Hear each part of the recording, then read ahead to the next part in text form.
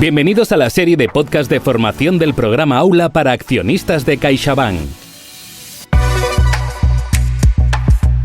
Empezamos el 6º capítulo del podcast de formación financiera Aula, el podcast para accionistas de CaixaBank. Estamos de nuevo con Natalia de Santiago, nuestra ponente residente de esta 4ª temporada del podcast. Bienvenida, Natalia. Muchas gracias por traerme otra vez, Josep. Que sepas que mis hijas, Bruna y Arlette, están ya leyendo tu libro Money Academy, sobre todo la pequeña, y de momento le está gustando todo esto de las aventuras. Ay, bueno, qué ilusión, me alegro muchísimo.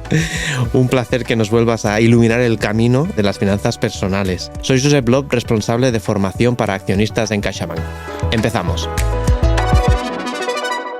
Podcast Programa Aula. Hoy, en busca de la inversión perfecta. En el capítulo anterior hablamos de que, de cara a invertir, lo importante no son los plazos o el timing del mercado, sino nuestros propios tiempos y de que, en función de nuestro horizonte temporal, podemos empezar ya a buscar una inversión. Dicho esto, Natalia, a ver, ¿existe la inversión perfecta? No. Esa es la primera. Muy bien. Es decir, hablar de la inversión perfecta es como hablar de la pareja perfecta. Como si a ti y a mí nos fuera a valer la misma pareja, pues probablemente no. Entonces, no existe la inversión perfecta, pero sí que existe la inversión perfecta para ti. Igual que con suerte existe tu media naranja, ¿no? Y a veces son más de uno, también puede ser. Pues en las inversiones también. Entonces, lo importante es encontrar una inversión que sea la adecuada para ti y que te ayude a conseguir a ti tus objetivos, que obviamente no son los mismos que los de otra gente, con lo cual no puedes tener la misma inversión perfecta tampoco. Para encontrar mi media naranja financiera, ¿por dónde empezamos? Bueno, pues como hablamos largo y tendido en el capítulo anterior, lo primero es por alinear nuestro horizonte temporal y el horizonte temporal de nuestros objetivos con el de nuestras inversiones. Y todo aquello que hablamos de la liquidez, que la liquidez de las inversiones va a acotar ya bastante el abanico del que vamos a poder elegir. Ese es un buen punto de partida. Vale, eso ya lo tenemos controlado. A continuación, ¿en qué deberíamos fijarnos? Pues a continuación ya vamos a empezar a fijarnos en cosas que nos suenan más cuando hablamos de inversiones, como son la rentabilidad y el riesgo. Pero antes de hablar de la rentabilidad, que es lo que le gusta a todo el mundo, vamos a hablar primero del riesgo. Vamos a valorar cuál es, otra vez, no cuál es el riesgo de nuestra inversión, sino antes cuál es nuestro perfil de riesgo, ¿vale? Porque dependiendo de qué objetivo tengamos, como hablamos también del plazo, de qué parte de mi patrimonio estoy yo poniendo en juego, pues podré correr más riesgos o menos. Obviamente no es lo mismo decir, oye, me sobran 100 euros, los voy a invertir, que decir, tengo todo este dinero ahorrado para mi jubilación, del que voy a tener que vivir muchos años, lo voy a invertir.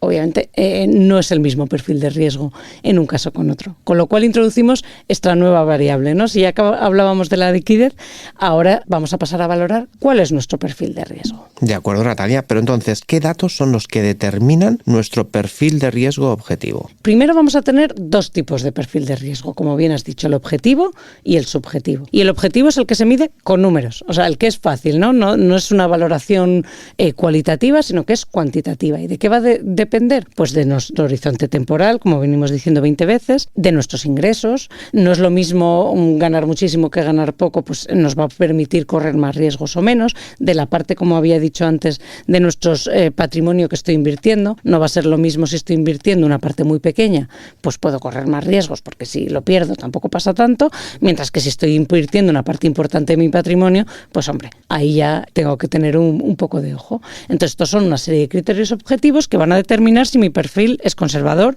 moderado o agresivo. ¿Y cómo va esto del perfil de riesgo subjetivo? Pues el perfil de riesgo subjetivo ya empieza primero con una cantidad que sigue siendo bastante cuantitativa, que es, por ejemplo, mi experiencia como inversor, porque eso también tiene un efecto, o sea, no es lo mismo. Si yo voy a invertir, por ejemplo, en bolsa, llevo 10 años invirtiendo, pues obviamente yo ya tengo una experiencia y un temple, que muchas veces no le damos el valor suficiente al temple que hay que tener y a la tranquilidad y a la paz de espíritu, por decirlo de alguna manera. No es lo mismo si yo tengo experiencia o si es la primera vez en mi vida que me voy a lanzar a invertir. Pues eso ya es un dato. Y otro dato es en nuestra aversión al riesgo, que es casi un rasgo de nuestra personalidad, como quien dice, ¿no? Hay gente gente que bueno, es que es la sola idea de perder un poco de los ahorros que tanto le ha costado ganar, es que no le compensa, es que tiene una aversión al riesgo brutal. Y sin embargo hay otra gente que si les dices mete esto en un producto muy conservador, se mueren de aburrimiento. O sea, existen los dos perfiles. Y esto también hay que tenerlo en cuenta, porque va a determinar mucho su comportamiento. Y su comportamiento que va a determinar al final cuando vendan. Con lo cual va a tener una repercusión súper importante en las rentabilidades de sus inversiones. Con lo cual, aunque parezca así más etéreo, como quien diga, sigue siendo muy, muy importante.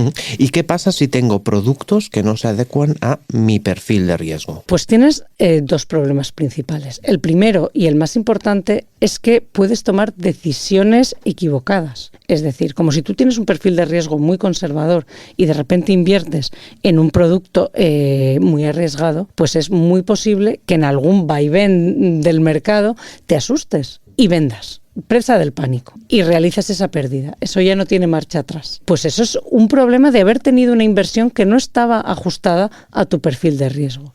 Y el otro problema que tiene es cuando nosotros tenemos un perfil de riesgo moderado, incluso agresivo, y tenemos, sin embargo, nuestros ahorros aparcados en la cuenta del banco, lo que tenemos es un coste de oportunidad, porque podíamos estar sacándoles una rentabilidad y no perdiendo valor con la inflación, y en cambio no estamos aprovechando esa oportunidad. Que siempre hablamos que, ¿te acuerdas? Que tenemos que ver riesgo-oportunidad, siempre hay que mirar esas dos caras.